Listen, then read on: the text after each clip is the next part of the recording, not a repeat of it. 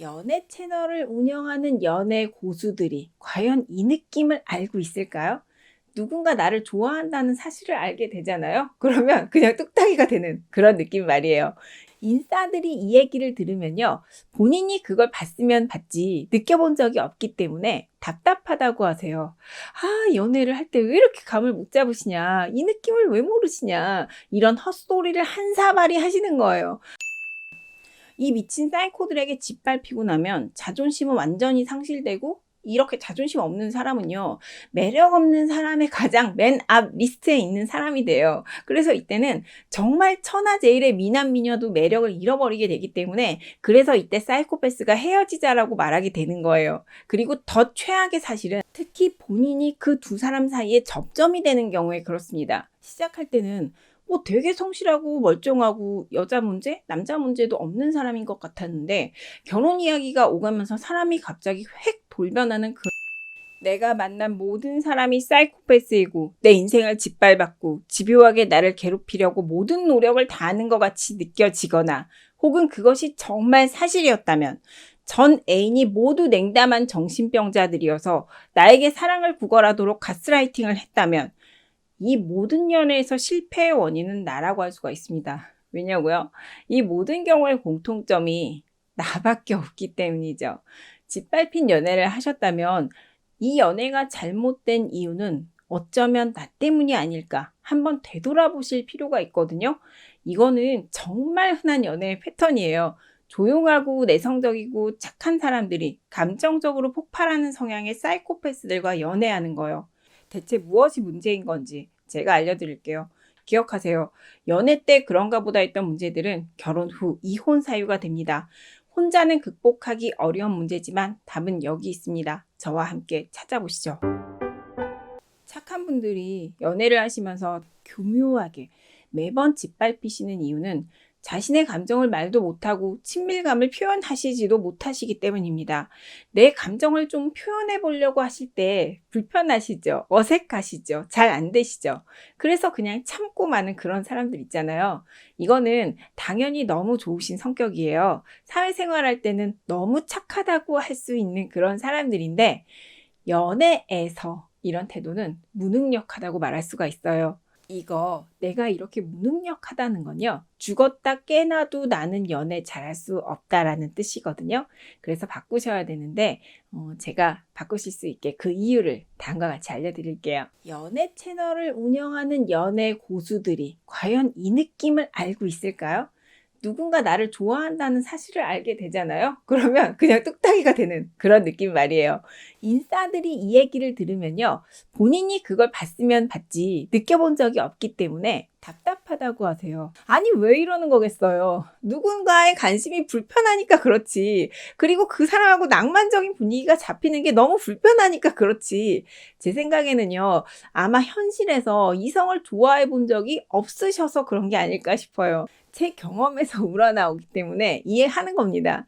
이성이란 지금까지 인터넷 진짜 넘어와 있는 어떤 다른 성이었던 거죠.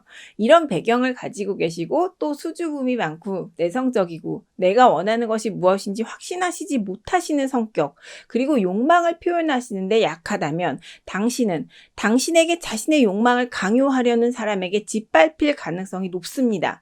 이런 걸 모두가 알려주겠어요? 제가 알려드려요. 주변에 짓밟힌 연애를 하고 계신 분들께도 공유 좀 부탁드릴게요. 여기가 짓밟힌 연애 맛집이라고요. 억압된 감정은 감정적으로 불안하기 때문에 다른 사람들이 나를 좋아한다는 사실이 나를 불편하게 만들어요. 진짜 이해가 너무 안 가는 거예요. 아니, 내가 뭐가 모자라서 이러나 말이에요. 다른 사람들은 가두리 어장을 막 몇 개씩이나 갖고 있다라고 하는데 내가 뭐가 못나서 대체 이럴까? 왜 이러는 걸까? 왜냐면요, 그 감정에 호응을 해야 된다는 사실이 압박감으로 느껴져서 그러세요. 나는 내가 호응 못할 거라는 걸 알고 있거든요. 그렇기 때문에 뚝딱거리시는 거죠. 나는 감정을 감추고 사는 사람이에요. 그런데 감정을 표현하는 사람과 그 감정 레벨이 안 맞잖아요. 감정 표현이 불편한 사람들은요, 여러 가지 다른 방식으로 감정을 억누르고 있거든요.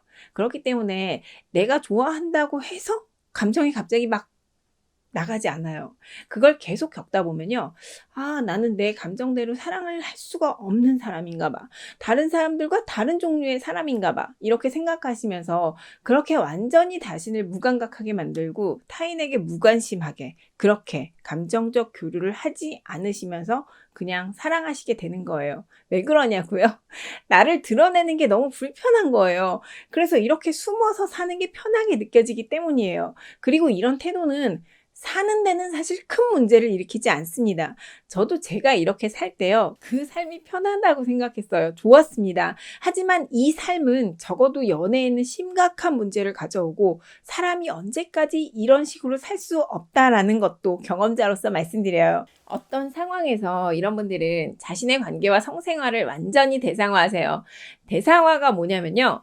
지쳐서 내가 좋아하지 않아도 데이트하고 결혼할 수 있잖아. 이렇게 생각해 버리시는 거예요. 사람 인생은 그냥 원래 이런 거 아니야? 다들 그렇게 살잖아. 이렇게 헛소리를 하시는 거예요. 이게 대상화예요. 본인 일을 어떻게 할 수가 없으니까 남 일처럼 이야기하죠. 정말 진짜로 이러시면 안 됩니다.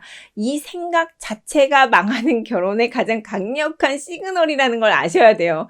나에게 맞는 사람들을 여러 사람 막 만나보고 그 중에서 나랑 잘 맞는 사람을 추려서 특정을 지어서 그렇게 고르고 골라도 그 사람이 괜찮을까 말까거든요.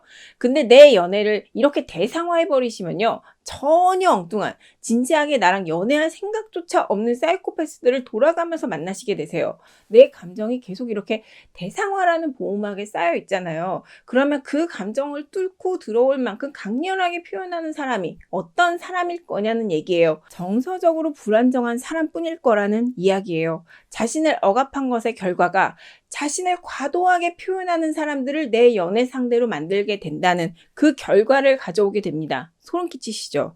저 같은 이 감정적으로 억압된 사람들은요, 이렇게 불안하고 감정적인 사람들에게 또 특히 끌리는 경향이 있어요. 그의 드라마를 보면서 나의 감정을 간접적으로 경험할 수가 있기 때문입니다. 감정적으로 억압된 사람들을 사로잡는 것은 드라마인데요.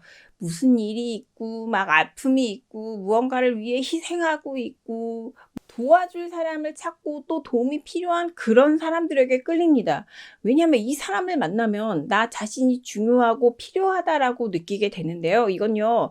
내가 이전에는 거의 느껴보지 못했던 두 가지 감정이에요. 이전에 내 삶을 살 때는 누군가와 감정적으로 막 끈끈하게 엮여있고 친해보지를 않았으니 이런 기분을 느껴본 적이 없었어요. 그리고 누군가와 친해지지 않았으니 항상 인간관계에서 감정을 억지로 짜내서 연기를 해오셨었는데 이렇게 초장부터 확 다가오는 관계가 진짜 마음을 확 열게 하는 거예요. 근데요, 감정적으로 불안한 이런 사이코들은요, 계속 새로운 드라마를 만드는 그런 미친 사람들이라는 거예요. 왜냐면 그것이 그 사람이 다른 사람과 관계를 맺는 친해지는 방식이기 때문에 그렇습니다.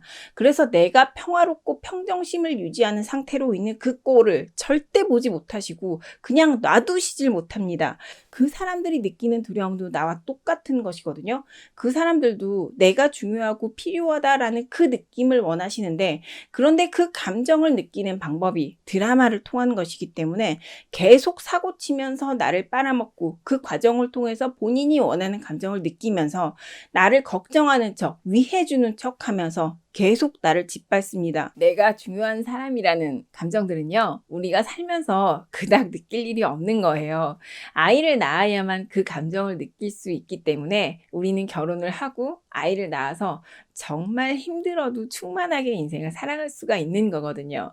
근데 이 둘이 만나시면 연애를 통해서 그 서로를 보면서 아, 내가 정말 이 사람한테 중요한 사람이구나. 그것을 확인하는 정말 미친 찰떡궁합이긴 한데요. 그런데 이 미친 궁합은 거의 항상 계속 나만 더 힘들어요. 그리고 지치고 짓밟히는 그 과정을 거쳐서 예외 없이 사이코패스가 나를 떠나는 결말로 끝나게 됩니다. 어떻게 제 말에 공감 좀 가시나요?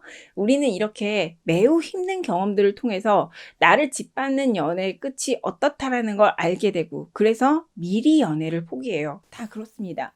시간이 지날수록 상대방의 감정적 문제를 해결하기 위해서 나 자신의 정체성을 점점 더 희생하게 되시죠. 결국 이 연애에 대해서 내가 스스로 생각하고 선택할 부분이 완전히 없어지게 돼서 개수동적으로 변해가지고 울고 또 울어보신 경험 있으신지 제가 조심스럽게 여쭤볼게요. 이 미친 사이코들에게 짓밟히고 나면 자존심은 완전히 상실되고, 이렇게 자존심 없는 사람은요, 매력 없는 사람의 가장 맨 앞 리스트에 있는 사람이 돼요. 그래서 이때는 정말 천하제일의 미남 미녀도 매력을 잃어버리게 되기 때문에, 그래서 이때 사이코패스가 헤어지자라고 말하게 되는 거예요. 그리고 더 최악의 사실은 이 드라마 중독자들은 본능적으로 삼각관계에 끌리시는데요. 특히 본인이 그 두 사람 사이에 접점이 되는 경우에 그렇습니다. 시작할 때는 뭐 되게 성실하고 멀쩡하고 여자 문제, 남자 문제도 없는 사람인 것 같았는데, 결혼 이야기가 오가면서 사람이 갑자기 획 돌변하는 그런 경험 혹시 아시나요? 어쩌면 그 경험이 임박하셨을지도, 지금 입질이 오는 걸지도 모르죠. 내용은 이렇습니다. 멀쩡하던 사람이 본인 부모 말을 전달하면서 갑자기 막 이상한 갑질을 시전합니다.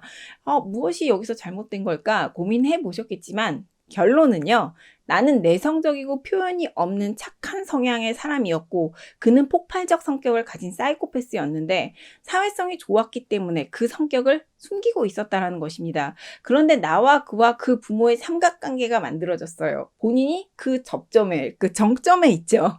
이런 삼각관계의 구도라는 건 드라마에 대한 그들의 욕구를 무한히 자극하기 때문에, 그때 억눌러 왔던 성격이 반드시 이때 폭발하게 되거든요. 어떤 사람이 억압돼 있던 나를 구원하면서 이겨주기를 바라는 그런 사이코패스의 욕구를 자극해요.